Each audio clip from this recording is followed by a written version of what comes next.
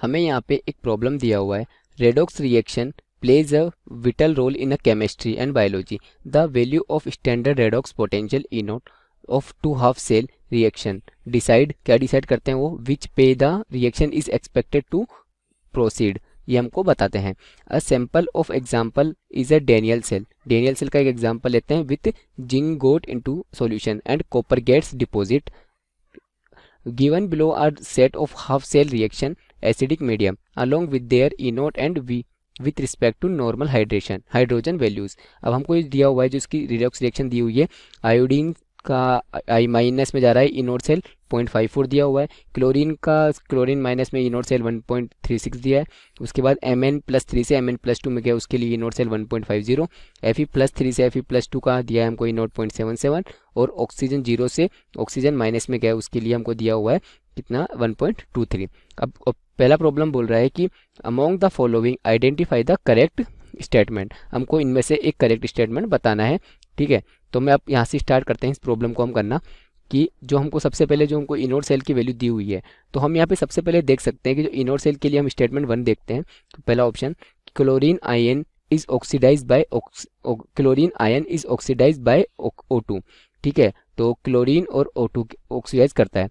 तो मैं आपको बताऊं, जो क्लोरीन के लिए इनोड सेल लिखा हुआ है, इनोड सेल फॉर क्लोरीन का, वो कितना दिया हुआ है Cl2, वो हमको दिया हुआ है 1.36, और जो इनोड सेल किसके लिए, वो इनोड सेल फॉर ऑक्सीजन का दिया हुआ है, ठीक है, O2 का, वो कितना दिया हुआ है 1.23। तो हम यहाँ देख सकते हैं कि जो इनोड सेल की वैल्यू है क्लोरीन के, वो ज़्यादा है किससे, ऑक्सीजन से। तो वो क्या हुआ, क्लोरीन ऑक्सीडाइज नहीं हो पाएगा, किससे, ऑक्सीजन से ऑक्सीडाइज नहीं हो पाएगा, मतलब ऑक्सीजन क्लोरीन को रिप्लेस नहीं कर पाएगा।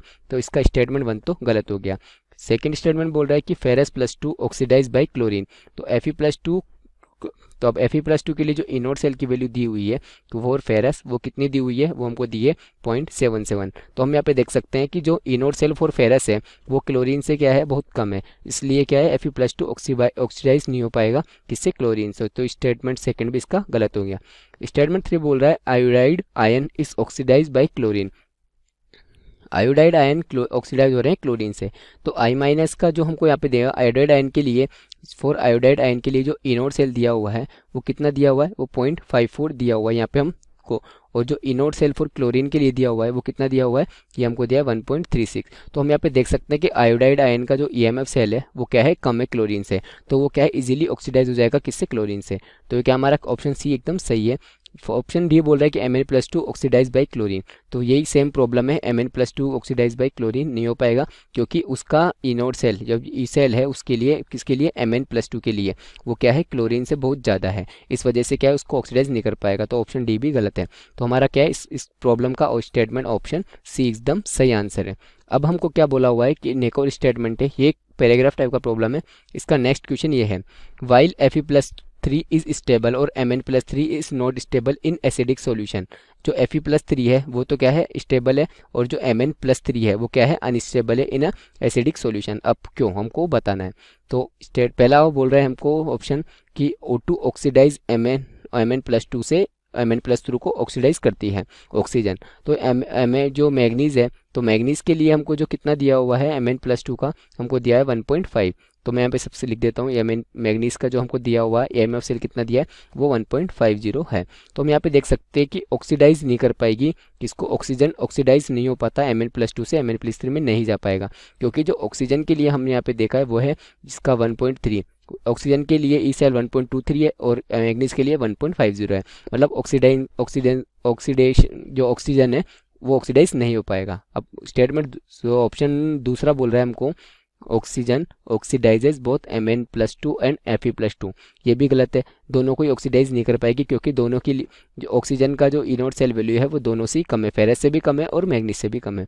ऑप्शन तीसरा बोला Fe+2 oxidise H2O to O2, ये भी नहीं कर पाएगा, H2O Fe+3 ऑक्सीडाइज नहीं कर पाएगा H2O को O2 में, क्योंकि जो Fe+3 का इनोड सेल है, ठीक है, वो इसके ऑक्सीजन के इनोड सेल से क्या है, बहुत कम है, इस वजह से। अब ऑप्शन 4 बोल रहा है कि Mn+3 oxidise H2O to O2। अब Mn+3 की जब मैं बात करता हूँ, तो Mn+3 का जो इनोड सेल है वो वैल्यू किससे, ऑक्सीजन से ज़्यादा है, ठीक है। अब ऑक्सीजन से ज़्यादा है तो उसको इजीली ऑक्सीडाइज कर पाएगा, ठीक है। तो इसका आंसर हो जाएगा ऑप्शन डी, ये एक मल्टीपल टाइप का प्रॉब्लम है जिसमें हमने इसके दोनों प्रॉब्लम को सोल्व कर लिए हैं। तो इस प्रॉब्लम का सेकंड प्रॉब्लम का आंसर ऑप्शन हो जाएगा डी। अपने को इस क्वेश्चन में रेडॉक्स रिएक्शन के बारे में बताया गया है और अपने को इस मेन क्वेश्चन में यह बताया गया कि using this data and correct explanation कीजिए। क्वेश्चन आगे एक पैराग्राफ दिया गया है, उनके अपने को 5 रिएक्शनें दी गई हैं और उनके करस्पॉन्डिंग उनका रिडक्शन पोटेंशियल भी दिया गया है। ये अपने 5 हाफ रिएक्शनें दी गई हैं और अपने को फर्स्ट क्वेश्चन में बोला गया है कि आइडेंटिफाई द करेक्ट स्टेटमेंट, अपने को सही स्टेटमेंट पहचानना है। तो सबसे पहले अपने को इनके आरपी की वैल्यू दी गई है। आरपी हमेशा जिसका जितना ज्यादा होगा रिड्यूसिंग पोटेंशियल वह उतना ही ऑक्सीडाइजिंग एजेंट होगा, स्ट्रॉन्ग ऑक्सीडाइजिंग एजेंट होगा, ये अपने को पता है। तो सबसे पहले इस ऑप्शन में बोला है कि chloride ion is oxidized by O2। तो इसका मतलब ये कह रहा है कि क्लोरीन का ऑक्सीडेशन कर रहा है O2।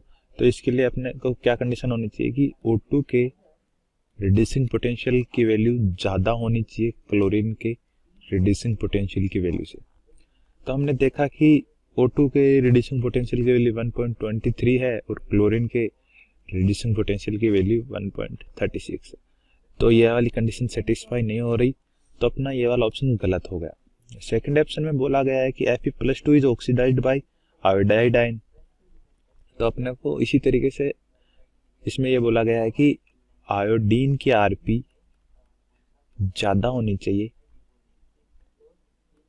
Fe की आरपी से।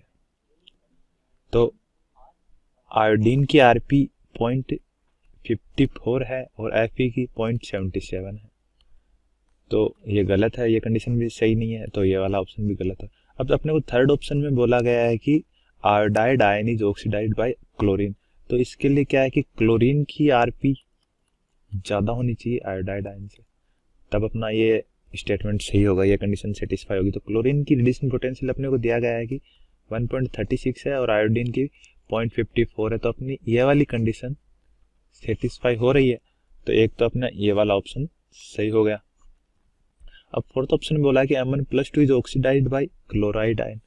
तो इसके लिए क्या कह रहा है कि Mn+2 ऑक्सीडाइड हो रहा है क्लोरीन से, तो क्लोरीन की आरपी ज्यादा होनी चाहिए Mn+2 की आरपी से।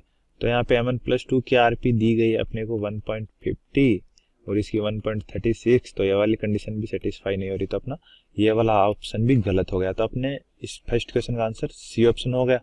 सेकंड क्वेश्चन में अपने को बोला गया है कि क्या बोला गया है कि will Fe+3 is stable, Mn+3 is not stable in acidic solution, ये बोला गया है। और ये बोला गया है क्योंकि क्यों नहीं है ये बताइए। तो अपने को बोल रहा है कि O2 is oxidised Mn+2 to Mn+3। तो ये O2 उसको ऑक्सीडाइज कब करेगा, जब O2 की आरपी का वैल्यू ज्यादा होगा Mn+2 के आरपी की वैल्यू से, तभी O2 Mn+2 का ऑक्सीडेशन करेगा Mn+3 में। तो हमने देखा कि O2 की आरपी की वैल्यू है यहाँ पे 1.23 और Mn+2 की आरपी की वैल्यू है 1.50। तो यहाँ पे O2 Mn+2 का ऑक्सीडेशन नहीं कर सकता, तो अपने ये वाला ऑप्शन गलत, फर्स्ट ऑप्शन इसका गलत हो गया। सेकंड ऑप्शन में बोला है कि O2 oxidised both Mn+2 and Fe+2, तो ये भी गलत हो गया। Mn+2 का तो करता नहीं है, इसमें Mn+2 भी बोला है। थर्ड ऑप्शन में बोला है कि Fe+3 इज ऑक्सीडाइज्ड H2O2।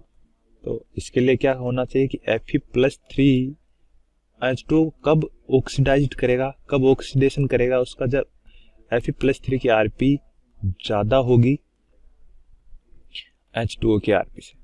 तो Fe+3 की आरपी यहाँ पे अपने को पता है 0.77 है और यहाँ पे 1.23 है, तो ये वाली कंडीशन सेट नहीं हो रही, तो अपना ये वाला थर्ड ऑप्शन भी नहीं हो सकता। फोर्थ ऑप्शन बोला कि Mn+3 ऑक्सीडाइज्ड H2O2। तो इसके लिए Mn+2 की आरपी कितनी है, रिड्यूसिंग पोटेंशियल कितना है 1.50 इज ग्रेटर देन 1.23। O2 की Rp से ज़्यादा है Mn+2 की Rp, तो Mn+2 H2O को ऑक्सीडाइज्ड करके O2 में कन्वर्ट कर देगा और Mn+2 प्रबल ऑक्सीकारक हो जाएगा, ऑक्सीडाइजिंग एजेंट हो जाएगा। तो अपना फोर्थ ऑप्शन इसमें सही हो गया। अब अपने को थर्ड क्वेश्चन में बोला गया है कि सोडियम का फ्यूजन होता है एनिलीन की प्रेजेंस में। सोडियम का फ्यूजन हो रहा है, यहाँ पे दिया गया है कि सोडियम का फ्यूजन, मैं करता हूँ, सोडियम फ्यूजन एनिलीन, और उसका आगे ट्रीटमेंट किया जाता है आयरन सेकेंड से और आयरन सेकेंड सल्फेट से, और वहाँ पे H2SO4 प्रेजेंस है एयर में। तो इसकी मैं आपको रिएक्शन बता देता हूँ कि सोडियम का सबसे पहले क्या हो रहा है कि एनिलीन के साथ वो हो रहा है, तो सोडियम एनिलीन के साथ करके क्या बनाएगा, NaCN बनाएगा। और उसने बोला है कि आगे उसका फर्दर ट्रीटमेंट हो रहा है Fe+2 के साथ, तो Fe+2 के साथ ट्रीटमेंट होगा तो केटाइन इधर है तो एनाइन इधर से आएगा कि Cn- इधर से आएगा। तो जब दोनों ये रिएक्शन करते हैं तो FeCN6 एक कोऑर्डिनेशन कंपाउंड बनाते हैं, यह बनाते हैं। और अपने को आगे बोला गया है कि ये आगे H2SO4 in the presence of air given a fusion blue PPT, तो जब इसका आगे और फ्यूजन करवाते हैं तो ब्लू पीपीटी बनती है। तो ब्लू पीपीटी बनती है तो blue colour due to formation of, तो क्या करेंगे, इसका फ्यूजन करवाएंगे आगे FeCN6 का फ्यूजन होगा Fe इससे, तो ये कह रहा है कि ब्लू कलर की पीपीटी बनती है। तो ब्लू कलर की पीपीटी अगर आपको डायरेक्ट याद है तो ये वाला डायरेक्ट लिख दिया जाएगा। अगर हमको डायरेक्ट याद नहीं था तो हमने देखा कि ये वाला कोऑर्डिनेशन कंपाउंड बनेगा, इसकी ब्लू कलर की पीपीटी होती है, ब्लू पीपीटी होती है। तो हमने देखा कि ये वाला ऑप्शन कौन सा है, Fe4 FeCN6 तो अपना फर्स्ट ऑप्शन मैच कर गया। तो यहाँ पे अपना फर्स्ट ऑप्शन होगा कि इसकी ब्लू कलर की पीपीटी होगी, तो अपना थर्ड का आंसर फर्स्ट हो जाएगा।